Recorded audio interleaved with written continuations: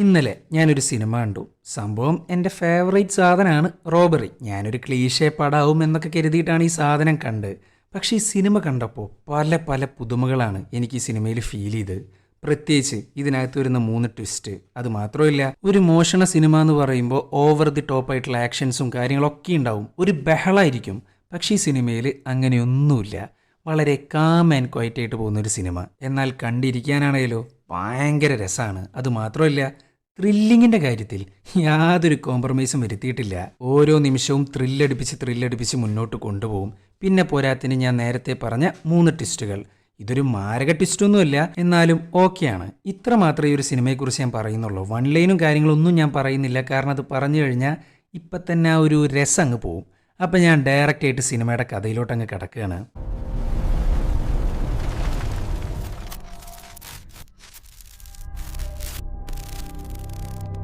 ആരുമില്ലാത്ത ചുറ്റും പാറക്കല്ല് മാത്രമായിട്ടുള്ളൊരു സ്ഥലം.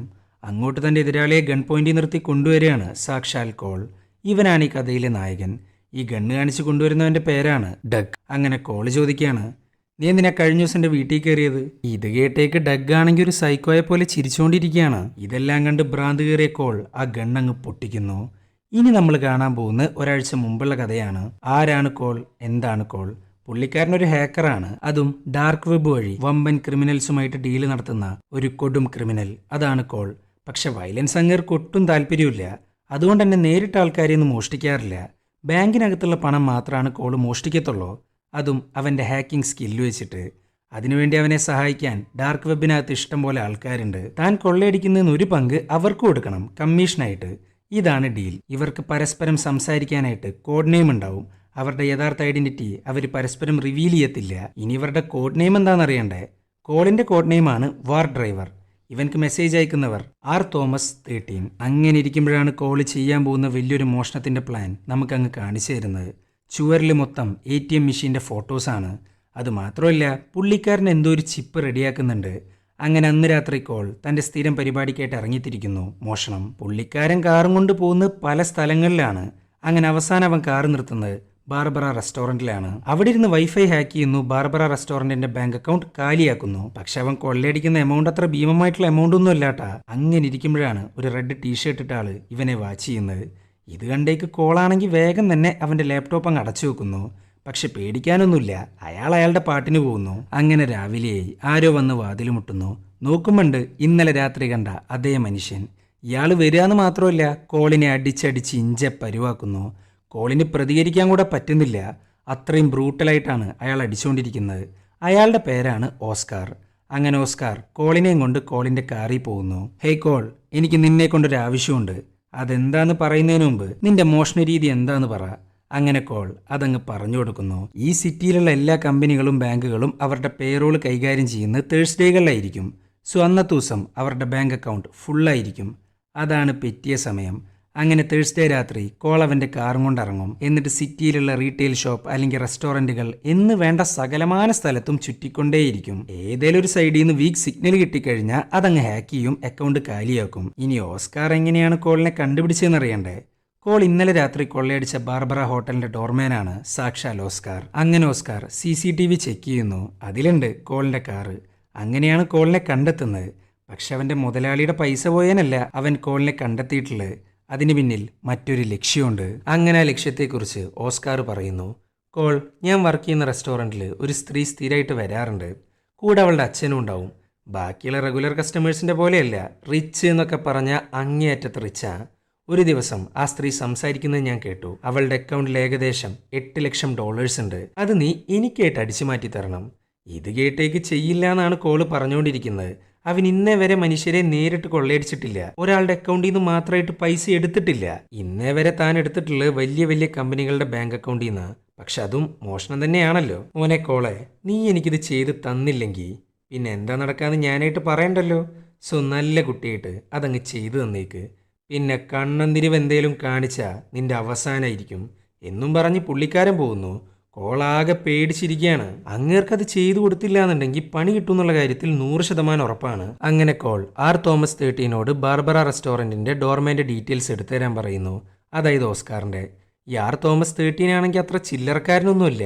മിനിറ്റുകൾ കൊണ്ടാണ് അങ്ങേരുടെ ഇൻഫോർമേഷൻ അങ്ങ് എടുത്തു കൊടുക്കുന്നത്. ഈ ഓസ്കാറിന്റെ പേരിൽ 1-2 ഇൻസ്റ്റഗ്രാം അക്കൗണ്ട് ഉണ്ട്. അതിൽ നിന്ന് ഒരു കാര്യം മനസ്സിലായി, പുള്ളിക്കാരനൊരു കിടിലൻ ഫൈറ്ററാണ്. അത് മാത്രമല്ല, അങ്ങേരുടെ പേരിലില്ലാത്ത കേസുകളില്ല. അസോൾട്ട്, ഡ്രഗ്സ്, റോബറി എന്ന് വേണ്ട സകലതും ഉണ്ട്. ഇതൊന്നും പോരാണ്ട് 2.5 വർഷം ജയിൽ ശിക്ഷ. സോ താൻ ഡീൽ ചെയ്യുന്നത് കൊടും ക്രിമിനലുമായിട്ടാണ് കോളിന് മനസ്സിലായി. ഇനിയിപ്പോൾ കൂടെ നിൽക്കുക എന്നല്ലാണ്ട് വേറെ ഓപ്ഷനൊന്നുമില്ല. അങ്ങനെ ഇരിക്കുമ്പോഴാണ് ഓസ്കാറിനെ കാണിക്കുന്നത്. ഓസ്കാറിനൊരു ഫോൺ കോൾ വരുന്നു. ഹേയ്, കാര്യം നടത്താൻ പറ്റിയൊരു പയ്യനെ കയ്യിൽ കിട്ടിയിട്ടുണ്ട് എന്നൊക്കെയാണ് ഫോണിൽ പറയുന്നത്. വിച്ച് മീൻസ് ഓസ്കാർ ഒറ്റയ്ക്കല്ല എന്നർത്ഥം. അങ്ങനെ പിറ്റേ ദിവസമായി. ഇന്നാണ് ഓസ്കാർ പറഞ്ഞ മോഷണം നടക്കാൻ പോകുന്നത്. റെസ്റ്റോറൻറ്റിലോട്ട് ആ സ്ത്രീയും അവളുടെ അച്ഛനും എത്തി. അവരെ മാർക്ക് ചെയ്യാൻ ഡോർമാനായിട്ടുള്ള സാക്ഷാൽ ഓസ്കാർ ഉണ്ട്. വാച്ച് ചെയ്യാനോ കോളും ഉണ്ട്. അങ്ങനെ അന്ന് രാത്രി ആ സ്ത്രീനെ ഫോളോ ചെയ്ത് അവളുടെ വീട് കണ്ടെത്തി. ആ വീടിന്റെ തൊട്ടപ്പുറത്തുണ്ട് കോൾ. ഇനി ഇവിടെ ഇരുന്നുകൊണ്ട് വേണം അവരുടെ അക്കൗണ്ട് കാലിയാക്കാൻ. പക്ഷെ അതിനായിട്ട് അവരുടെ വൈഫൈ സിഗ്നലിന്റെ ആവശ്യമുണ്ട്. അത് കിട്ടിക്കഴിഞ്ഞാൽ കാര്യങ്ങളെല്ലാം സിമ്പിൾ. അങ്ങനെ വൈഫൈ എടുക്കാൻ നോക്കുന്നു. എന്നാൽ കഷ്ടകാലത്തിന് സിഗ്നൽ കിട്ടുന്നില്ല. സോ അവൻ മെല്ലെ മെല്ലെ വീടിന്റെ അടുത്തോട്ട് പോകുന്നു. പക്ഷെ എന്നിട്ടും യാതൊരു രക്ഷയില്ല. പിന്നെ കോളൊന്നും നോക്കിയില്ല, നേരെ വീടിന്റെ ഫ്രണ്ടിലോട്ടാണ് പോകുന്നത്. അങ്ങനെ സിഗ്നൽ കിട്ടുന്നു, ആരംഭിക്കുന്നു. ഈ സമയത്താണ് അച്ഛൻ അങ്ങ് പുറത്തോട്ട് പോകുന്നത്. എന്തോ ഒരു ഭാഗ്യത്തിന് കോളിനെ കാണുന്നില്ലാട്ടാ. അതുകൊണ്ട് മാത്രം അങ്ങേര് രക്ഷപ്പെട്ടു. എന്നാൽ ആ സ്ത്രീ ആ വീടിനകത്ത് തന്നെയുണ്ട്. അതിനെ കാണുമ്പോൾ കോളിനാണെങ്കിൽ ഭയങ്കര കുറ്റബോധം. പുള്ളിക്കാരൻ ഇന്നേ വരെ നേരിട്ട് ഒരു മനുഷ്യനെയും കൊള്ളയടിച്ചിട്ടില്ല. ഇതാദ്യമായിട്ടാണ് തൻ്റെ എത്തിക്സിനെതിരായിട്ട് ഒരു കാര്യം ചെയ്യുന്നത്. അങ്ങനെ ചെയ്യുന്നു, ഫണ്ട് അടിച്ചു മാറ്റുന്നു. കണ്ടുപിടിക്കാതിരിക്കാൻ വേണ്ടി പല പല അക്കൗണ്ടുകളിലായിട്ടാണ് നിക്ഷേപിക്കുന്നത്. അങ്ങനെ അടിച്ചെടുത്ത ഫണ്ടും കൊണ്ട് നേരെ പോകുന്നത് ഓസ്കാറിന്റെ അടുത്തോട്ടാണ്. പോവാന്ന് മാത്രമല്ല, അതങ്ങ് ട്രാൻസ്ഫർ ചെയ്ത് കൊടുക്കുന്നു. അതും ഒരു രൂപ പോലും ബാക്കി വെക്കാതെ. ചുരുക്കി പറഞ്ഞ മൊത്തം പൈസയും കൊടുക്കുന്നു. മിച്ചം വന്നത് തനിക്ക് കിട്ടിയ അടി മാത്രം. അങ്ങനെ ഓസ്കാർ പറയാണ്, ഏയ് കോൾ, പോവല്ലേ, നമുക്കൊന്ന് എൻജോയ് ചെയ്തിട്ട് പോയാൽ പോരെ? കള്ളുണ്ട് പെണ്ണുണ്ട്, നീ വാ. വേണ്ട, എനിക്കതിൻ്റെ ആവശ്യമില്ല, ഞാൻ തിരിച്ചു പോവേ. ഞാൻ നിന്നോട് വരാൻ പറ്റുമെന്ന് ചോദിച്ചതല്ല, വരാൻ പറഞ്ഞതാ. സോ പോവാന്നല്ലാണ്ട് വേറെ ഓപ്ഷനില്ല. അങ്ങനെ പോകുന്നു, അടിച്ച് പൂസാവുന്നു. ആ ഒരു സമയത്ത് പുള്ളിക്കാരൻ കണ്ടുകൊണ്ടിരിക്കുന്നത് അവൻ കൊള്ളയടിച്ച സ്ത്രീയുടെ മുഖമാണ്. ഒരു ഹാലൂസിനേഷൻ പോലെ. ഓരോന്ന് വലിച്ചു കയറ്റിയിട്ട് ബോധമൊന്നുമില്ലല്ലോ. അതിന്റെ എഫക്റ്റ് ആണോ, തൻ്റെ ഉള്ളിലെ കുറ്റബോധമാണോ, അതോ റിയൽ ആണോ, ഒന്നും അറിയില്ല. അങ്ങനെ പിറ്റേ ദിവസമായി. അവളുടെ മുഖം മാത്രമാണ് തൻ്റെ ഓർമ്മയിലോട്ട് വരുന്നത്. ആ ഒരൊറ്റ പോയിന്റിൽ വെച്ച് അവനൊരു കാര്യം തീരുമാനിച്ചു. അവൻ ആരെയാണോ കൊള്ളയടിച്ച് അവൾ ആരാന്നും എന്താണെന്ന് അറിയണം. അവളുടെ പേരാണ് സേറ മില്ലർ. അങ്ങനെ സേറയുടെ ഇൻഫർമേഷൻ എടുക്കാൻ ആർ തോമസ് 13 ആവശ്യപ്പെടുന്നു. എന്നാൽ അങ്ങേരാണെങ്കിൽ ഓൺലൈനിൽ കാണാനില്ല. കോള് പിന്നെ ഒന്നും നോക്കിയില്ല. ഇന്നലെ വൈഫൈ ഹാക്ക് ചെയ്തപ്പോൾ അവളുടെ കുറച്ച് പേഴ്സണൽ ഫയലും കൂടെ കിട്ടിയിട്ടുണ്ടായിരുന്നു. അതങ്ങ് കൂടുതലായിട്ട് ചെകയാൻ ആരംഭിക്കുന്നു. എന്നാൽ അതിനകത്താകെ കൂടെയുള്ള കുറച്ച് പൂച്ചയുടെ ഫോട്ടോസും ഒരു ചെറുക്കൻ്റെ വീഡിയോസും ഉണ്ട്. അല്ലാണ്ട് പ്രത്യേകിച്ചൊന്നുമില്ല. അങ്ങനെ ഇരിക്കുമ്പോഴാണ് അവളുടെ ലൊക്കേഷൻസ് എടുക്കുന്നത്. അതിനകത്ത് അവൾ സ്ഥിരം പോവാറുള്ള ഒരു ചൈനീസ് റെസ്റ്റോറൻ്റ് ഉണ്ട്. അങ്ങനെ അങ്ങോട്ട് പോവുകയാണ് കോൾ. പോവാന്ന് മാത്രമല്ല, ഒന്നും അറിയാത്തതുപോലെ അവളുടെ തൊട്ടടുത്തിരിക്കുന്നു. ഞാനിവിടെ ഇരുന്നോട്ടെ എന്നും ചോദിച്ചുകൊണ്ട്. ചുരുക്കി പറഞ്ഞ ഒരു ടോട്ടൽ സ്ട്രേഞ്ചർ. എന്നാൽ അവനെ കണ്ടപ്പോൾ പുള്ളിക്കാരത്തി ഭയങ്കര നോട്ടാണ് നോക്കുന്നത്. അവൾക്ക് എന്തോ ഒരടുപ്പം ഫീൽ ചെയ്യുന്നുണ്ട്. അങ്ങനെ അന്ന് രാത്രി കോൾ സേറയുടെ ഫയൽ മൊത്തം ഒന്നുകൂടെ ചെകയാൻ ആരംഭിക്കുന്നു. അപ്പോഴാണ് മാർക്ക് എന്ന് പറയുന്ന ഒരാളുടെ മെസ്സേജുകൾ കാണുന്നത്. ഈ മാർക്കുമായിട്ട് സ്ഥിരം സംസാരിക്കാറുണ്ട് സേറ, അതും ഒരു കാമുകനെ പോലെ. അതുമാത്രമല്ല, പൈസ നഷ്ടപ്പെട്ടതിന് ശേഷം മാർക്ക് സംസാരിക്കുന്ന രീതികളിൽ പല മാറ്റങ്ങളും ഉണ്ട്. അങ്ങനെ അന്ന് രാത്രി സേറയുടെ ലാപ്പിന്റെ ക്യാമറ അങ്ങ് ഹാക്ക് ചെയ്യുന്നു. അപ്പോഴാണ് അവൻ ഞെട്ടിക്കുന്നൊരു ദൃശ്യം കാണുന്നത്. അവളുടെ കൂടെ ഉണ്ടായിരുന്ന അച്ഛനുണ്ടല്ലോ, അങ്ങേരുടെ പൈസയാണ് ഇവൻ കൊള്ളയടിച്ച് 8 ലക്ഷം. പിന്നെ അയാൾ അവളുടെ അച്ഛനൊന്നുമല്ല, സ്വന്തം ഭാര്യ അറിയാണ്ട് വെച്ചുകൊണ്ടിരിക്കുന്ന ഒരു കീപ്പ് മാത്രമാണ് സേറ. അതുമാത്രമല്ല, ഇയാളാണ് സാക്ഷാൽ മാർക്ക്. അവരുടെ അഫെയർ ആണെങ്കിൽ ഭയങ്കര സ്ട്രോങ് ആണ്. എന്നാൽ പൈസയാണോ സേറയാണോ പ്രധാനം എന്ന് ചോദിച്ചാൽ അങ്ങേർക്ക് പൈസയാണ് മുഖ്യം. സേറ, എൻ്റെ ക്യാഷ് എവിടെ? എനിക്കറിയില്ല. നിന്റെ അക്കൗണ്ടിൽ നിന്നാണ് കാണാണ്ടായിരിക്കുന്നത്, അതും ഒരു ഹ്യൂജ് എമൗണ്ട്. അത് നീയല്ലാണ്ട് പിന്നെ ആരെടുക്കാനാ? സത്യം പറഞ്ഞാൽ എനിക്ക് നിന്നെ ഭയങ്കര ഇഷ്ടമാണ്. പക്ഷെ എൻ്റെ പൈസ കൈക്കലാക്കാൻ നോക്കിയാൽ അതെനിക്ക് പറ്റത്തില്ല. ഇതൊക്കെ കേട്ടേക്ക് ഇവളാണെങ്കിൽ താനല്ലാന്നൊരു 100 പ്രാവശ്യം പറയുന്നുണ്ട്. പക്ഷെ ആര് കേൾക്കാൻ? അങ്ങനെ ഭ്രാന്ത് കയറിയ മാർക്ക് അവൾക്കിട്ട് ഒന്നങ്ങ് കൊടുക്കുന്നു. ഇതെല്ലാം ലൈവായിട്ട് കണ്ടുകൊണ്ടിരിക്കുകയാണ് കോള്. അങ്ങനെ മാർക്ക് പറയാണ്, ഒരു കാര്യം ഞാൻ പറഞ്ഞേക്കാം, ഒരാഴ്ചക്കകം എൻ്റെ പൈസ തിരിച്ചു കിട്ടിയില്ലെങ്കിൽ പിന്നെ നിന്നെ കാണാൻ വരുന്നത് ഞാനായിരിക്കില്ല, ഡഗ്ഗായിരിക്കും. അവൻ വന്നാൽ അറിയാലോ, നിന്റെ പൊടി പോലും ബാക്കിയുണ്ടാവില്ല എന്നും പറഞ്ഞ് മാർക്ക് പോകുന്നു. ഈ സമയത്താണ് മാർക്ക് ഇപ്പം പറഞ്ഞ ഡഗ്ഗിനെ കാണിക്കുന്നത്. അത് വേറെ ആരുമല്ല, സിനിമയുടെ ഫസ്റ്റ് സീനിൽ കണ്ട അതേ മനുഷ്യനാണ്. എന്തായാലും ഇതൊക്കെ കണ്ടേക്ക് കോളിന് ഒരു കാര്യം മനസ്സിലായി. കാണാണ്ട് പോയ പൈസ സാർക്ക് തിരിച്ചു കൊടുത്തില്ലെങ്കിൽ മാർക്ക് അവളെ കൊല്ലും. സോ അവൻ വേഗം തന്നെ ഓസ്കാറിനെ കാണാൻ പോകുന്നു. പോവാന്ന് മാത്രമല്ല, അവൻ കണ്ടുപിടിച്ച ഫൈൻഡിങ്സ് എല്ലാം അങ്ങേർക്കങ്ങ് പറഞ്ഞു കൊടുക്കുന്നു. ഇത് കേട്ടേക്ക് ഓസ്കാർ ആണേലോ കോളിന്റെ കുത്തിന് പിടിക്കുന്നു. എന്നിട്ട് പറയാണ്, ഡാ പുല്ലേ, പൈസയില്ല, ഒരു മണ്ണാങ്കട്ടയില്ല, മനസ്സിലായല്ലോ. ഇനി നിന്നെ എങ്ങാനും എൻ്റെ കൺവട്ടത്ത് കണ്ട എന്നും പറഞ്ഞ് അവനെ അങ്ങ് പറഞ്ഞു വിടുന്നു. ചുരുക്കി പറഞ്ഞാൽ 8 ലക്ഷം അങ്ങേര് തിരിച്ചു കൊടുക്കാൻ പോകുന്നില്ല. അങ്ങനെ കോൾ മാർക്കിനെ കുറിച്ച് ചുമ്മാ ഗൂഗിളിലൊന്ന് സെർച്ച് ചെയ്യുന്നു. നോക്കുമ്പോൾ പുള്ളിക്കാരൻ അറിയപ്പെടുന്ന ഒരു ലോയറാണ്. അങ്ങനെ മാർക്കിനെ ഫോളോ ചെയ്യാൻ തുടങ്ങുന്നു. എന്നാൽ ഞെട്ടിക്കുന്ന ദൃശ്യങ്ങളാണ് കോൾ അങ്ങ് കാണുന്നത്. അയാളുടെ വീട്, കാറ് എന്ന് വേണ്ട സകലതും മാരക റിച്ച് സെറ്റപ്പാണ്. ഒരു സാധാരണ ലോയർ എങ്ങനെയാണ് ഇത്രയും കാശുകാരനാവുന്നത്?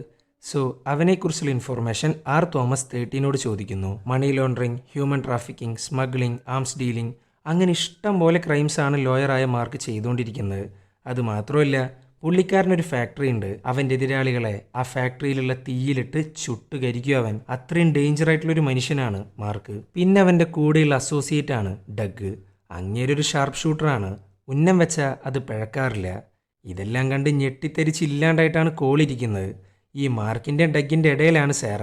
അവളെ രക്ഷിക്കണമെന്നുണ്ടെങ്കിൽ ആ പണം തിരിച്ചു കൊടുത്തേ പറ്റുള്ളൂ. അതിനാണെങ്കിൽ ഓസ്കാർ സമ്മതിക്കത്തുമില്ല.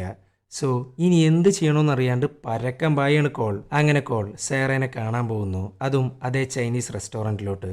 പക്ഷെ ഇന്ന് ജസ്റ്റ് ഒരു സ്ട്രേഞ്ചറെ പോലെയല്ല, കയറി അങ്ങ് സംസാരിക്കുന്നു, പരിചയപ്പെടുന്നു.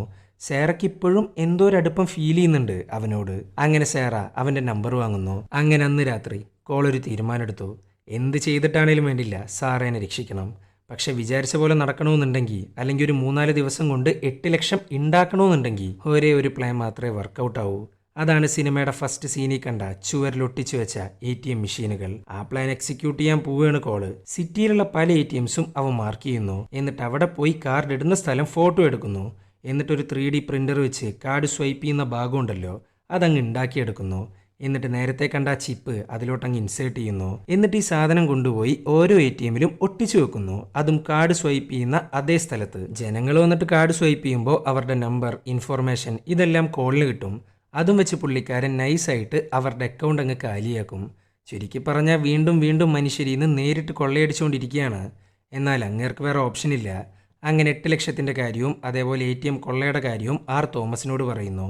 എന്നാൽ അങ്ങേര് പറയുന്നത് ഇത്രയും കുറച്ച് ദിവസം കൊണ്ട് ഒരിക്കലും 8 ലക്ഷം ഉണ്ടാക്കാൻ പറ്റില്ല എന്നാ. പക്ഷെ കോൾ അതൊരു ചാലഞ്ചാക്കി ഏറ്റെടുക്കുന്നു. അങ്ങനെ ഇഷ്ടം പോലെ ATMs ആണ് അങ്ങേരങ്ങ് കൊള്ളയടിക്കുന്നത്. സ്റ്റിൽ 4,20,000 മാത്രമാണ് ഉണ്ടാക്കാൻ സാധിച്ചിട്ടുള്ളത്. ഇനി ATMനകത്ത് വെച്ച സാധനം തിരിച്ചെടുക്കണം. ഇല്ലാന്നുണ്ടെങ്കിൽ പോലീസ് അന്വേഷണം വരുമ്പോൾ കോള് കുടുങ്ങും. അങ്ങനെ ഓരോ ATMലും പോയി ഒട്ടിച്ചു വെച്ച സാധനം അങ്ങ് തിരിച്ചെടുക്കുന്നു. ഈ സമയത്താണ് പോലീസുകാർ വരുന്നത്. എന്നാൽ കഷ്ടകാലത്തിന് അത് വലിച്ചിട്ട് കിട്ടുന്നുമില്ല. എന്നാൽ എന്തോ ഭാഗ്യത്തിന് രക്ഷപ്പെട്ടു. അങ്ങനെ പിറ്റേ ദിവസമായി. താൻ ഇതുവരെ ഉണ്ടാക്കിയ പകുതി പൈസയും കൊണ്ട് സേറയുടെ വീട്ടിലോട്ട് പോകുന്നു. അവൾക്ക് നേരിട്ട് കൊടുക്കാനല്ല, നേരിട്ട് കൊടുത്തു കഴിഞ്ഞാൽ താനാണ് സേറയുടെ നിന്ന് മോഷ്ടിച്ചതെന്ന് സേറ അറിയും. സോ പോസ്റ്റ് ബോക്സിലിട്ട് പോവാനാണ് പ്ലാൻ. എന്നാൽ സേറ അവനെ കാണുന്നു. ഹേയ് കോൾ, നീ എന്തിവിടെ? ഇത് കേട്ടേക്ക് തൻ്റെ കയ്യിലിരിക്കുന്ന ക്യാഷ് അടങ്ങുന്ന ബാങ്ക് ഡീറ്റെയിൽസ് അവളുടെ കയ്യിലോട്ടങ്ങ് വെച്ചു കൊടുക്കുന്നു. എന്നിട്ട് കാര്യങ്ങളെല്ലാം പറയുന്നു. ഇത് കേട്ടേക്ക് പുള്ളിക്കാരത്തേക്ക് അങ്ങ് വെറുപ്പാവുന്നു. സേറ, ഒരാഴ്ച കൂടെ തന്നാൽ മതി, ഞാൻ എങ്ങനെയും ബാക്കി തിരിച്ചു തരാം. എന്നാൽ സേറ ഗെറ്റ് ഔട്ട് അടിക്കുന്നു. അവൾക്ക് അത്രയും വെറുപ്പാണിപ്പോൾ കോളിനോട്. അങ്ങനെ കോള് തിരിച്ച് വീട്ടിലെത്തി. സേറയുടെ മുഖം മാത്രമാണ് ഇപ്പോഴും തൻ്റെ മൈൻഡിലോട്ട് വരുന്നത്. സോ ആർ തോമസ് 13 അവളെക്കുറിച്ചുള്ള ഇൻഫോർമേഷൻ ചോദിക്കുന്നു. എന്നാൽ ആർ തോമസിന് പറയാനുണ്ടായിരുന്നത് മറ്റൊരു കാര്യമാണ്. ക്യാമറയുള്ള ഏതൊരു ATM മെഷീൻ ഇവൻ്റെ ഫോട്ടോ പകർത്തിയിട്ടുണ്ട്. അതിപ്പിരിക്കുന്നത് ആർ തോമസ് പോലെയുള്ള ഡാർക്ക് വെബ് ക്രിമിനൽസിൻ്റെ കയ്യിലാണ്. ഇത്രയും കാലമായിട്ടും കോളിൻ്റെ ഐഡൻറ്റിറ്റി ഇവർക്ക് അറിയില്ലായിരുന്നു. പക്ഷെ ഇനി അങ്ങോട്ട് അതങ്ങനെയല്ല. കോൾ ഓൾറെഡി ഇവർക്ക് അത്യാവശ്യം കമ്മീഷൻ കൊടുക്കാനുണ്ട്. സോ അതെത്രയും വേഗം കൊടുത്തൊഴിവാക്കിയില്ലെങ്കിൽ ഫോട്ടോ സഹിതം പോലീസ് സ്റ്റേഷനിലോട്ട് പോകുമെന്നാണ് ആർ തോമസ് പറഞ്ഞുകൊണ്ടിരിക്കുന്നത്. ചുരുക്കി പറഞ്ഞാൽ കോൾ പിന്നെയും കുടുങ്ങി. ഇതൊക്കെ കണ്ട് ഭ്രാന്ത് കയറുകയാണ് കോളിന്. അങ്ങനെ ഇരിക്കുമ്പോഴാണ് സേറേനെ കാണിക്കുന്നത്. എന്തൊക്കെ പറഞ്ഞാലും ഒരു കള്ളം മോഷ്ടിച്ച പൈസ തിരിച്ചു കൊടുക്കുക എന്ന് പറയുമ്പോൾ അയാൾക്ക് കുറച്ചേലും നന്മ ബാക്കിയുണ്ടാവും. അതുകൊണ്ട് തന്നെ സേറ കോളിനങ്ങ് വിളിക്കുന്നു, വീട്ടിലോട്ട് വരാൻ പറയുന്നു. അങ്ങനെ കോളെത്തി. ഹേയ് കോൾ, ഞാൻ അപ്പോഴത്തെ ഒരു ദേഷ്യത്തിൽ പറഞ്ഞതാ, നീ അത് കാര്യാക്കണ്ട. പിന്നെ ഈ പകുതി പൈസയുടെ കാര്യം ഞാൻ മാർക്കുമായിട്ട് സംസാരിച്ചിരുന്നു. ബാക്കി പകുതിക്ക് ഒരാഴ്ച കൂടെ സമയം തന്നിട്ടുണ്ട്. നീയാണ് കൊള്ളയടിച്ചതെന്നൊന്നും ഞാൻ പറഞ്ഞിട്ടില്ല കേട്ടാ. അങ്ങനെ ഓരോന്ന് സംസാരിച്ച് ഇവരങ്ങ് ഫ്രണ്ട്സ് ആവുന്നു. എന്നാൽ ഇതെല്ലാം വാച്ച് ചെയ്തുകൊണ്ടിരിക്കുകയാണ് സാക്ഷാൽ ഡഗ്. ഇവിടെ കോളും സേറയാണെങ്കിൽ കൂടുതലായിട്ട് അടുക്കാൻ ആരംഭിക്കുന്നു. അവരുടെ രണ്ടുപേരുടെയും പ്രശ്നം ഒന്നാണ്, ഒറ്റപ്പെടൽ. സേറേനെ കണ്ടുമുട്ടിയപ്പോൾ അല്ലെങ്കിൽ സേറ കോളിനെ കണ്ടുമുട്ടിയപ്പോൾ രണ്ടുപേർക്കും തോന്നിയത് ഒരൊറ്റ കാര്യമാണ്, എന്തോ ഒരടുപ്പം. അവരടുപ്പം പതുക്കെ പതുക്കെ പ്രണയമായിട്ട് മാറുന്നു. അല്ല സേറ, നിനക്ക് ഈ മാർക്കിനെ വിട്ട് എങ്ങോട്ടേലും പൊക്കൂടെ? നീ വിചാരിക്കുന്ന പോലെ അതത്ര എളുപ്പമുള്ളൊരു കാര്യമല്ല. ഞാൻ എവിടെ പോയാലും അയാൾ എന്നെ കണ്ടുപിടിക്കും. കോൾ, നിനക്കെന്നെ കൊണ്ടുപോകാൻ പറ്റുമോ? ഇത് കേട്ടേക്ക് കോൾ പറയാണ്, ഞാൻ ചെയ്യുന്ന പ്രവൃത്തികൾ കാരണം എപ്പോൾ വേണേലും ജയിലിൽ പോവാം. നീ എൻ്റെ കൂടെ വരികയാണെന്നുണ്ടെങ്കിൽ നിൻ്റെ ലൈഫും കൂടെ റിസ്കിലാവും. നീ ഇപ്പോൾ ചെയ്തുകൊണ്ടിരിക്കുന്നത് നിർത്താൻ ഒരു 3 മില്യൺ മതിയാവോ? അങ്ങനെയാണെങ്കിൽ നമുക്ക് രണ്ടുപേർക്കും ചേർന്ന് ആ മാർക്കിനെ കൊള്ളയടിക്കാം.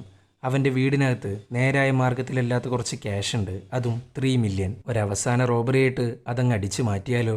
എന്നിട്ട് നമുക്ക് ഒരുമിച്ച് ജീവിക്കാം എന്നും പറഞ്ഞ് രണ്ടുപേരും കൂടെ അങ്ങ് കിസ് ചെയ്യാൻ ആരംഭിക്കുന്നു.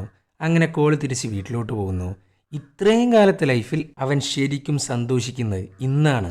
പുള്ളിക്കാരൻ വെറുതെ ഇരുന്ന് ചിരിച്ചുകൊണ്ടിരിക്കുകയാണ്. പ്രണയം തലയ്ക്ക് പിടിച്ച പിന്നെ അങ്ങനെയാണല്ലോ. അങ്ങനെ അവൻ വീട്ടിലെത്തി. അപ്പോഴാണ് തൻ്റെ അയൽവാസി ഞെട്ടിക്കുന്ന ഒരു കാര്യം പറയുന്നത്.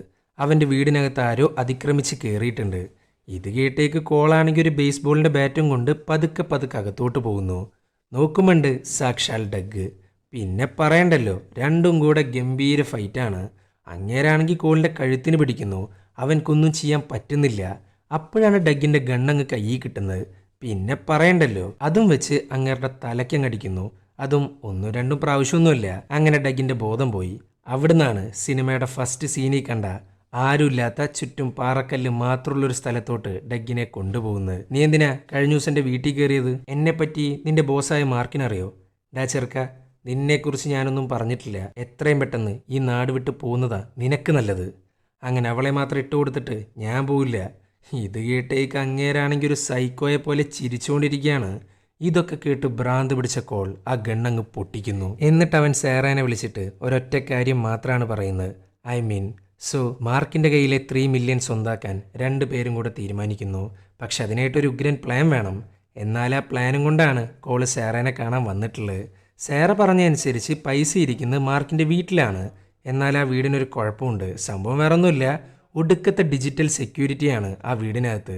അകത്തോട്ട് കടക്കണമെന്നുണ്ടെങ്കിൽ മാർക്കിൻ്റെ ഫോൺ വേണം. അതിനകത്താണ് വീടിൻ്റെ സെക്യൂരിറ്റി പാസ്വേഡും ബാക്കിയുള്ള കാര്യങ്ങളൊക്കെ. സോ ആദ്യം ആ ഫോൺ കൈക്കലാക്കണം. അങ്ങനെ അതിനായിട്ട് സേറേനെ കൊണ്ട് മാർക്കിനെ വിളിപ്പിക്കുന്നു. മാർക്ക്, എനിക്ക് നിന്നെ ഒരുപാട് മിസ് ചെയ്യുന്നുണ്ട്. നമുക്കെല്ലാം ഒന്നീന്ന് തുടങ്ങിയാലോ? ഇത് കേട്ടേക്ക് അങ്ങേര് ചോദിക്കുന്നത് അയാൾക്ക് കിട്ടാനുള്ള ബാക്കി പൈസയാണ്. ബാക്കി പണം എൻ്റെ കയ്യിലുണ്ട്. ശരി, ഓക്കെ. എവിടെ വെച്ചിട്ടാണ് നമ്മൾ കാണുക? നമ്മൾ സ്ഥിരം മീറ്റ് ചെയ്യാറുള്ള ബാർബറ റെസ്റ്റോറൻറ്റ് മതി. എനിക്ക് നിന്നെ വേണം പഴയതുപോലെ. ഇതൊക്കെ കേട്ടേക്ക് അങ്ങേര് ഫ്ലാറ്റ്. ഇനി ബാർബറ റെസ്റ്റോറൻറ്റിൽ നിന്ന് വേണം അങ്ങേരുടെ ഫോൺ കൈക്കലാക്കാൻ. എന്നാൽ അത് ഇവളെ കൊണ്ട് ഒറ്റയ്ക്ക് സാധിക്കില്ല. അതിനായിട്ട് ഒരാളുടെ സഹായം കൂടെ ആവശ്യമുണ്ട്, ഓസ്കാർ. അങ്ങനെ ഓസ്കാറിനെ കാണാൻ പോകുന്നു വിത്ത് ഗണ്ണ്. എന്നാൽ അങ്ങേർക്കാണെങ്കിൽ യാതൊരു താല്പര്യമില്ല. ഇത് കണ്ടേക്ക് കോള് പറയാണ്, ഓസ്കാർ, ജസ്റ്റ് ഒരു ഡോർമാനായി നിന്ന് ആ ഫോൺ കൈക്കലാക്കുന്നതിന് നിനക്ക് കിട്ടാൻ പോകുന്നത് 5 ലക്ഷമാണ്. എന്ത് വേണമെന്ന് നീ ആലോചിച്ച് തീരുമാനിക്കുക. ഇത് കേട്ടേക്ക് അങ്ങേരും ഫ്ലാറ്റ്. സോ കൂടെ നിൽക്കാമെന്ന് സമ്മതിക്കുന്നു. പക്ഷെ ഒരു കണ്ടീഷൻ വെക്കുന്നുണ്ട്. എങ്ങാനും മോഷണം പാളിപ്പോയാൽ മാർക്ക് എന്തായാലും കോളിനെയും തട്ടും സേറേനെയും തട്ടും. അത് ചുമ്മാ നോക്കി നിൽക്കാന്നല്ലാണ്ട് എതിർക്കില്ല എന്നാണ് ഓസ്കാർ പറഞ്ഞുകൊണ്ടിരിക്കുന്നത്. അങ്ങനെ മോഷണം ആരംഭിച്ചു. അവരുടെ പ്ലാൻ പ്രകാരം സേറയും മാർക്കും കൂടെ ബാർബറ റെസ്റ്റോറൻറ്റിലോട്ട് പോകുന്നു. എന്നാൽ ഇങ്ങേർക്കാണെങ്കിൽ ഇപ്പോഴും എന്തൊക്കെയോ സ്പെല്ലിംഗ് മിസ്റ്റേക്ക് തോന്നുന്നുണ്ട്. ആ സമയത്താണ് അക്കൗണ്ട് ട്രാൻസ്ഫർ ഇൻഫോ, അതായത് പൈസ അക്കൗണ്ടിലോട്ട് നിക്ഷേപിച്ചതിൻ്റെ വ്യാജ ചീട്ട് മാർക്കിനങ്ങ് കൊടുക്കുന്നത്. അതും കൂടെ ആയപ്പോൾ അങ്ങേർക്ക് വിശ്വാസമായി. ഇതേ സമയം കോളാണെങ്കിൽ മാർക്കിൻ്റെ വീടിൻ്റെ ഫ്രണ്ടിൽ എത്തിയിട്ടുണ്ട്. അങ്ങനെ സേറയും മാർക്കും കൂടെ റെസ്റ്റോറൻറ്റിലെത്തി. എന്നാൽ അകത്തോട്ട് പോകുന്നതിന് മുമ്പ് സേറ നൈസായിട്ട് മാർക്കിൻ്റെ ശ്രദ്ധ അങ്ങ് തെറ്റിക്കുന്നു, ഫോൺ അങ്ങ് കൈക്കലാക്കുന്നു. അതുമാത്രമല്ല, ആരും അറിയാണ്ട് അകത്തോട്ട് കടക്കുന്ന സമയത്ത് ഓസ്കാറിനങ്ങ് കൈമാറുന്നു. അങ്ങനെ സേറയും മാർക്കും കൂടെ കുടിച്ചുകൊണ്ടിരിക്കുകയാണ്. ആ ഒരു തക്കം നോക്കി നൈസായിട്ട് മാർക്കിൻ്റെ ഫോണ് കോൾ കൊടുത്ത ലാപ്പിലേക്ക് അങ്ങ് കണക്ട് ചെയ്യുന്നു ഓസ്കാർ. അതോടുകൂടെ ഫോൺ ഹാക്കായി. ഇനി ഈ ഫോണിലെ ഡാറ്റ യൂസ് ചെയ്ത് വീടിൻ്റെ ഫ്രണ്ടിലിരിക്കുന്ന കോൾ ഈ വീടിൻ്റെ സെക്യൂരിറ്റി സിസ്റ്റം അങ്ങ് ഹാക്ക് ചെയ്യും. ജസ്റ്റ് ഒരു ക്ലിക്ക് കൊണ്ടാണ് ഗേറ്റും വാതിലൊക്കെ തുറക്കുന്നത്. അങ്ങനെ രണ്ടും കൽപ്പിച്ച് അകത്ത് കയറുന്നു. എന്തോ ഭാഗ്യത്തിന് വീടിനകത്ത് ആരുമില്ല. ഇതേ സമയം മാർക്ക് സേറ കൊടുത്ത ട്രാൻസ്ഫർ ഇൻഫോ അങ്ങ് ചെക്ക് ചെയ്യുന്നു. അതെങ്ങാനും വ്യാജ ചീട്ടാന്ന് കണ്ടുപിടിച്ചാൽ പിന്നെ അവരുടെ ചീട്ട് കയറും. പക്ഷെ പേടിക്കേണ്ട യാതൊരു കാര്യമില്ല. അങ്ങേർക്കത് ഈസിയായിട്ട് കണ്ടെത്താനൊന്നും സാധിക്കില്ല. സോ തൽക്കാലം ഇവരെല്ലാവരും സേഫാണ്. അങ്ങനെ ഈ സമയത്താണ് മാർക്കൊരു കാര്യം പറയുന്നത്. സേറ, എനിക്കറിയാം നീ എന്നെ ചതിക്കത്തില്ല എന്ന്. പക്ഷെ എന്ത് ചെയ്യാൻ പറ്റും? ഇതൊന്നും എൻ്റെ കാശല്ലാന്നേ. ഞാൻ ജസ്റ്റ് സൂക്ഷിക്കുന്നു എന്ന് മാത്രം. ഇതാരുടെ പൈസയാണോ അവരോടാണ് എനിക്ക് കൂടുതൽ കമ്മിറ്റ്മെന്റ്, നിന്നോടുള്ളതുപോലെ. ഇതൊക്കെ കേട്ട് കരഞ്ഞഭിനയിച്ചുകൊണ്ടിരിക്കുകയാണ് സേറ. ഇതേ സമയം കോളാണെങ്കിൽ വീടിനകത്ത് എത്തിയിട്ടുണ്ട്. അങ്ങനെ ഇരിക്കുമ്പോഴാണ് വീടിനകത്തൊരു സീക്രട്ട് റൂം കാണുന്നത്. അതിനാണെങ്കിൽ പാസ്വേഡും ഉണ്ട്. പക്ഷെ അറിയാലോ, സെക്യൂരിറ്റി സിസ്റ്റം മൊത്തം ഹാക്ഡ് ആണ്. സോ ഈസി ആയിട്ട് അകത്ത് കിടക്കുന്നു. അതിനകത്താണെങ്കിൽ മാരക വെപ്പൺസാണ്. അതെല്ലാം കണ്ട് ഞെട്ടിയിരിക്കുകയാണ് കോൾ. അതേ റൂമിനകത്തുണ്ട് അവൻ തേടിക്കൊണ്ടിരിക്കുന്ന ലോക്കർ. അങ്ങനെ അതങ്ങ് തുറന്നു നോക്കുമ്പോണ്ട് അവൻ കാത്തിരുന്ന 3 മില്യൺ. പിന്നെ അവൻ ഒന്നും നോക്കിയില്ല, ബാഗുകൾ എടുക്കുന്നു, ഫില്ലാക്കാൻ തുടങ്ങുന്നു. ഇതേ സമയം മാർക്കാണെങ്കിൽ അവൻ്റെ ഫോൺ തേടാൻ ആരംഭിച്ചിട്ടുണ്ട്. ആ ഒരു കറക്റ്റ് സമയത്താണ് ഓസ്കാർ അങ്ങോട്ട് വരുന്നത്. സാറേ, ഈ ഫോണ് നിങ്ങളുടെയാണോ? നിലത്തുനിന്ന് കിട്ടിയതാ. അപ്പം തന്നെ അങ്ങേർക്ക് നല്ല ഡൗട്ട് അടിക്കുന്നു, പ്രത്യേകിച്ച് സേറയുടെ കാര്യത്തിൽ. സേറയാണെങ്കിൽ ആകെ പേടിച്ചിരിക്കുകയാണ്. അങ്ങനെ സേറ ഒന്ന് ബാത്റൂമിലോട്ട് പോകുന്നു. അങ്ങോട്ടതാ ഓസ്കാറും വരുന്നു. ആ ഒരു പോയിന്റ് വെച്ചാണ് ആ മാരക ട്വിസ്റ്റ് അങ്ങ് റിവീലാവുന്നത്. ഓസ്കാർ ആൻഡ് സേറ ഇവരൊരുമിച്ചാണ്, ലവേഴ്സാണ്. ചുരുക്കി പറഞ്ഞാൽ തുടക്കം തൊട്ടേ ഇവർ വരച്ച പ്ലാൻ പ്രകാരമാണ് എല്ലാം മുന്നോട്ട് പോകുന്നത്. ഇവരുടെ കണ്ണ് മൊത്തം ആ 3 മില്യണിലാണ്. പക്ഷെ അത് അടിച്ചു മാറ്റാനായിട്ട് മാർക്കിൻ്റെ വീടിൻ്റെ സെക്യൂരിറ്റി മറികടക്കണം. സോ അവർക്കൊരു ഹാക്കറിൻ്റെ ആവശ്യമുണ്ടായിരുന്നു. അത് പ്രകാരമാണ് 8 ലക്ഷത്തിൻ്റെ കണക്കും പറഞ്ഞ് ഓസ്കാർ ആദ്യമായിട്ട് കോളിനെ കാണാൻ വന്നത്. എന്നിട്ട് മോഷ്ടിക്കുന്നു, ബാറിൽ പോകുന്നു, അർമാദിക്കുന്നു. ആ സമയത്താണ് കോൾ ഓരോന്ന് വലിച്ച് കയറ്റിയിട്ടുണ്ടായിരുന്നത്. ആ ഒരു പോയിന്റ് വെച്ച് അവൻ കണ്ടിരുന്ന സേറയുടെ ഫേസ് ഒരു തോന്നലായിരുന്നില്ല, ഇവരുടെ പ്ലാൻ പ്രകാരമുള്ളൊരു നീക്കമായിരുന്നു. പിന്നീട് അതുവഴി അവൻ്റെ ഉള്ളിലെ പ്രണയത്തെ ഉണ്ടാക്കുന്നു. 3 മില്യൺ മോഷ്ടിക്കാൻ കൂടെ നിർത്തുന്നു. പക്ഷെ എല്ലാം കഴിഞ്ഞതിന് ശേഷം കോളിനെ വെറുതെ വിടുമെന്നാണ് ഓസ്കാർ പറഞ്ഞിട്ടുണ്ടായിരുന്നത്. എന്നാൽ അവനെയും കൊന്ന് ആ പൈസ മൊത്തത്തിൽ കൈക്കലാക്കാനാണ് പുള്ളിക്കാരൻ്റെ പുതിയ പ്ലാൻ. സേറയാണെങ്കിൽ വേണ്ടാന്ന് കുറേ പറയുന്നുണ്ട്, പക്ഷെ ആര് കേൾക്കാൻ? ഇവിടെ കോളാണെങ്കിൽ ഒന്നും അറിയാണ്ട് മൊത്തം പൈസ എടുക്കുന്നു. ആ ഒരു കറക്റ്റ് സമയത്താണ് വീടിനകത്തോട്ട് മാർക്കിൻ്റെ വൈഫ് വരുന്നത്. പുള്ളിക്കാരത്തി നോക്കുമ്പോണ്ട് സെക്യൂരിറ്റി സിസ്റ്റം മൊത്തത്തിൽ ഡൗൺ ആയിട്ടിരിക്കുന്നു. അത് കണ്ടേക്ക് അവളാണെങ്കിൽ വേഗം തന്നെ മാർക്കിനെ വിളിച്ച് കാര്യം പറയുന്നുണ്ട്. ഇതൊക്കെ കേട്ടേക്ക് പുള്ളിക്കാരൻ സംശയിക്കുന്നത് സേറേനെയാണ്. കാരണം പെട്ടെന്നാണ് സേറ വിളിച്ച് കാണണമെന്നൊക്കെ പറഞ്ഞിട്ടുണ്ടായിരുന്നത്. അങ്ങനെ സേറേനെ കൊണ്ട് പുള്ളിക്കാരൻ പോകുന്നു. കോളാണേലോ അടിച്ചെടുത്ത പൈസയും കൊണ്ട് രക്ഷപ്പെടുന്നു. മോഷണം കഴിഞ്ഞ് ഒരുമിച്ച് കാണാമെന്ന് പറഞ്ഞൊരു ലൊക്കേഷൻ ഉണ്ട്, അങ്ങോട്ടാണ് കോള് പോകുന്നത്. ഇതേ സമയം മാർക്ക് ഗണ്ണെടുക്കുന്നു, സേറയുടെ നേർക്ക് ചൂണ്ടുന്നു. സേറ, നീ ഇപ്പം കാണിക്കുന്നതെല്ലാം അഭിനയം മാത്രമാണ്, എനിക്ക് നന്നായിട്ടറിയാം. പറ, ആരാ എൻ്റെ വീട്ടിൽ കയറിയത്? ഇതൊക്കെ പറഞ്ഞുകൊണ്ടിരിക്കുമ്പോഴാണ് കോൾ അങ്ങ് വിളിക്കുന്നത്. ആ കോൾ എടുക്ക്, എന്നിട്ട് ഞാൻ പറയുന്ന ലൊക്കേഷനിലോട്ട് വരാൻ പറ എന്നും പറഞ്ഞ് ലൊക്കേഷൻ അങ്ങ് പറഞ്ഞു കൊടുക്കുന്നു മാർക്ക്. കോളാണെങ്കിൽ സേറ ഓക്കെ അല്ലേ എന്നറിയാൻ വേണ്ടി വിളിക്കുന്നതാണ്. അങ്ങനെ സേറ അവൻക്ക് ആ ലൊക്കേഷൻ അങ്ങ് പറഞ്ഞു കൊടുക്കുന്നു. ആ ലൊക്കേഷൻ അവൻ ഓസ്കാറിനും പറഞ്ഞു കൊടുക്കുന്നു. എന്നിട്ട് നേരെ അങ്ങോട്ട് പോകുന്നു. മാർക്കിൻ്റെ ഫാക്ടറിയാണ് ആ ലൊക്കേഷൻ. അങ്ങനെ സേറയും മാർക്കും എത്തി. അപ്പോഴാണ് കാര്യങ്ങളെല്ലാം കയ്യിൽ നിന്ന് പോയിന്ന് അവർക്ക് മനസ്സിലാവുന്നത്. ഇത് കണ്ടേക്ക് ഓസ്കാർ ആണെങ്കിൽ വേഗം തന്നെ ഗണ്ണെടുക്കുന്നു. എന്നാൽ മാർക്ക് സേറയുടെ നേർക്കാണ് ഗണ്ണ് ചൂണ്ടിയിട്ടുള്ളത്. സോ ഓസ്കാർ ഗണ്ണ് താഴ്ത്തുന്നു. അങ്ങനെ മാർക്ക് ഫാക്ടറിയുടെ അകത്തോട്ടാണ് ഇവരെ കൊണ്ടുപോകുന്നത്. അതും അതിനകത്തിട്ട് ചുട്ട് കരിക്കാൻ. നീയൊക്കെ കൂടെ എന്താ ചെയ്തതെന്ന് വല്ല ധാരണയുണ്ടോ? മാർക്ക്, നീ ആരാന്നും എന്താണെന്നും അറിഞ്ഞിട്ട് തന്നെയാണ് ഞാൻ ഈ പരിപാടിക്ക് ഇറങ്ങിത്തിരിച്ചത്. നിന്റെ വീട്ടിൽ നിന്ന് പൈസ മോഷ്ടിക്കുന്ന സമയത്ത് നിന്റെ ലാപ്പ് ഞാൻ ഹാക്ക് ചെയ്തു. അതിനകത്തൊരു ടൈമറും വെച്ചിട്ടുണ്ട്. ഞങ്ങൾക്ക് എന്തേലും സംഭവിച്ചാൽ ആ ടൈമർ അങ്ങ് ഓണാവും. പിന്നെ അതിനകത്തുള്ള സീക്രട്ട് ഫയൽസ് കാണാൻ പോകുന്നത് ഇവിടുത്തെ നാട്ടുകാരാണ്. എന്നാൽ അങ്ങേർക്കാണെങ്കിൽ ഇതൊക്കെ കേട്ടിട്ടും യാതൊരു കൂസലുമില്ല. പുള്ളിക്കാരൻ ഗണ്ണെടുക്കുന്നു, സേറയുടെ വയറ്റിലോട്ട് അങ്ങ് പൊട്ടിക്കുന്നു. ഇത് കണ്ടേക്ക് ഓസ്കാർ ആണെങ്കിൽ മാർക്കിനെ കൊല്ലാൻ നോക്കുകയാണ്. അവൻ്റെ കഴുത്തിനങ്ങ് പിടിക്കുന്നു. എന്നാൽ മാർക്കാണേലോ കൈ കിട്ടിയൊരു കമ്പിപ്പാര കൊണ്ട് ഓസ്കാറിൻ്റെ വയറിലോട്ട് അങ്ങ് കുത്തുന്നു. അങ്ങേർക്കാണെങ്കിൽ വേദന സഹിക്കാൻ വയ്യ. പക്ഷെ എന്നിട്ടും മാർക്കിൻ്റെ കഴുത്തിൽ നിന്ന് കൈയെടുക്കുന്നില്ല. അങ്ങനെ ഒരു വിധത്തിൽ അവൻ്റെ കഴുത്ത് ഞെരിച്ച് കൊല്ലുകയാണ് ഓസ്കാർ. ഇതേ സമയം സേറ മരിച്ചുകൊണ്ടിരിക്കുകയാണ്. അവൾക്ക് ഇനിയും കോളിനെ ചതിക്കാൻ വയ്യ. കോൾ, ഐ എം സോറി, ഈ പണം എങ്ങനെയും എൻ്റെ ബ്രദറിന് എത്തിച്ചു കൊടുക്കണം. എന്നാൽ ഇത് കേട്ടേക്ക് കോൾ പറയാണ്, സേറ, എനിക്കെല്ലാം അറിയായിരുന്നു. അപ്പോഴാണ് ആ ട്വിസ്റ്റ് അങ്ങ് റിവീലാവുന്നത്. ഡഗ് വീട്ടിൽ കയറിയ സമയത്താണ് ആർ തോമസ് 13 സേറ മില്ലറിനെ കുറിച്ചുള്ള ഇൻഫോർമേഷൻ അങ്ങ് കൊടുക്കുന്നത്.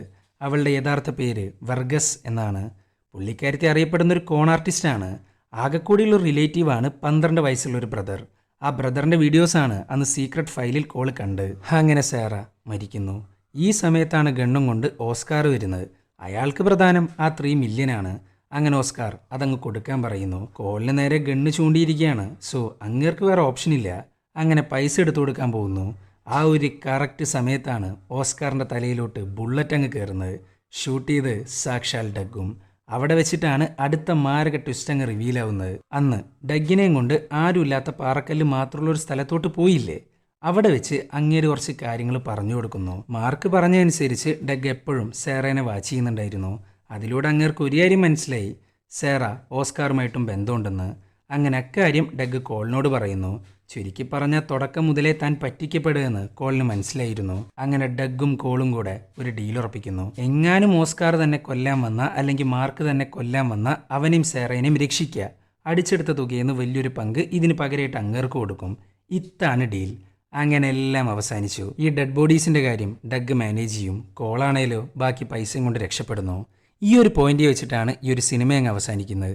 അപ്പോൾ വീഡിയോ ഇഷ്ടപ്പെട്ടാൽ ലൈക്ക് ചെയ്യുക. കൂടുതൽ വീഡിയോകൾക്കായി ചാനൽ സബ്സ്ക്രൈബ് ചെയ്യുക. അപ്പോൾ ഓക്കെ, ബൈ.